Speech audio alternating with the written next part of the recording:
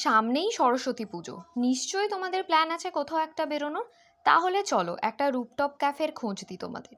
উত্তরপাড়াতে coffee house খুলেছে অনেক দিনই, কিন্তু খুব বেশি আমার যাওয়া হয়নি। তাই কয়েকদিন আগেই সুযোগ পেয়ে ঘুরে এলাম উত্তরপাড়া কফি হাউস থেকে। নিয়েছিলাম প্রচুর খাবার দাবার। ছিল 2 types of kebabs, steam chicken wonton, 2 types of coffee, মানে একটা কোল্ড কফি আর আমার বন্ধুর জন্য একটা হট কফি। আর লাস্টে শেষ করেছিলাম গ্রিন টি দিয়ে, যেটা ছাড়া আমার দিন চলে না। I know please, green tea খায় বলে কেউ জাজ করো না, কিন্তু আমার সত্যি ওটা দরকার পড়ে, বহুদিনের অভ্যাস।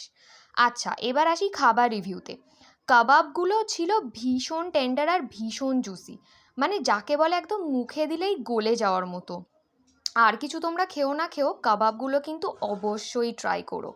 আশা করি ভিডিও দেখে বুঝতে পারছো কতটা জুসি খেতে। আচ্ছা, তবে আমার ওয়ান্টনটা কিন্তু একদম ভালো লাগেনি, কারণ প্রচণ্ড ড্রাই ছিল। আমি এর আগে অনেক ভালো ভালো স্টিম চিকেন ওয়ান্টন খেয়েছি, যেগুলো প্রচণ্ড জুসি খেতে, কিন্তু এদেরটা একদম ভালো লাগেনি। দেখতে যতটা অ্যাপিলিং হোক না কেন, খাবারের টেস্ট যদি ভালো না হয় তাহলে আশা করি পুরোটাই মাঠে মারা যায়।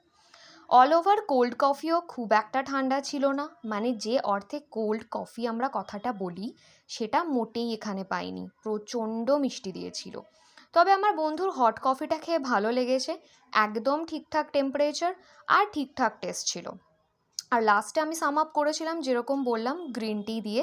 গ্রিন টিটা খেয়েছিলাম একদম সন্ধ্যের টাইমে, ভীষণ ভালো লেগেছিল, একদম পারফেক্ট টেম্পারেচার, যেরকম আমি পার্সোনালি পছন্দ করি সেইভাবে সার্ভ করা হয়েছিল। আর একটা কথা তোমাদের বলে দিই, এখানে গেলে কিন্তু তোমরা একটা ফাইন ডাইনিংয়ের এক্সপিরিয়েন্সও পাবে, অবশ্যই একটা অ্যাফোর্ডেবল প্রাইসে।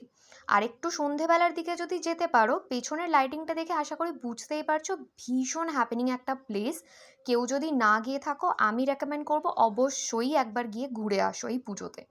ওখান থেকে গঙ্গার ভিউটাও তোমরা পাবে, সন্ধেবেলায় বেশ একটা ভালো হাওয়াও দিচ্ছিল।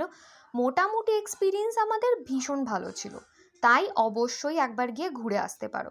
আর আমার চ্যানেলে নতুন হলে অবশ্যই একটা লাইক, কমেন্ট আর সাবস্ক্রাইব কিন্তু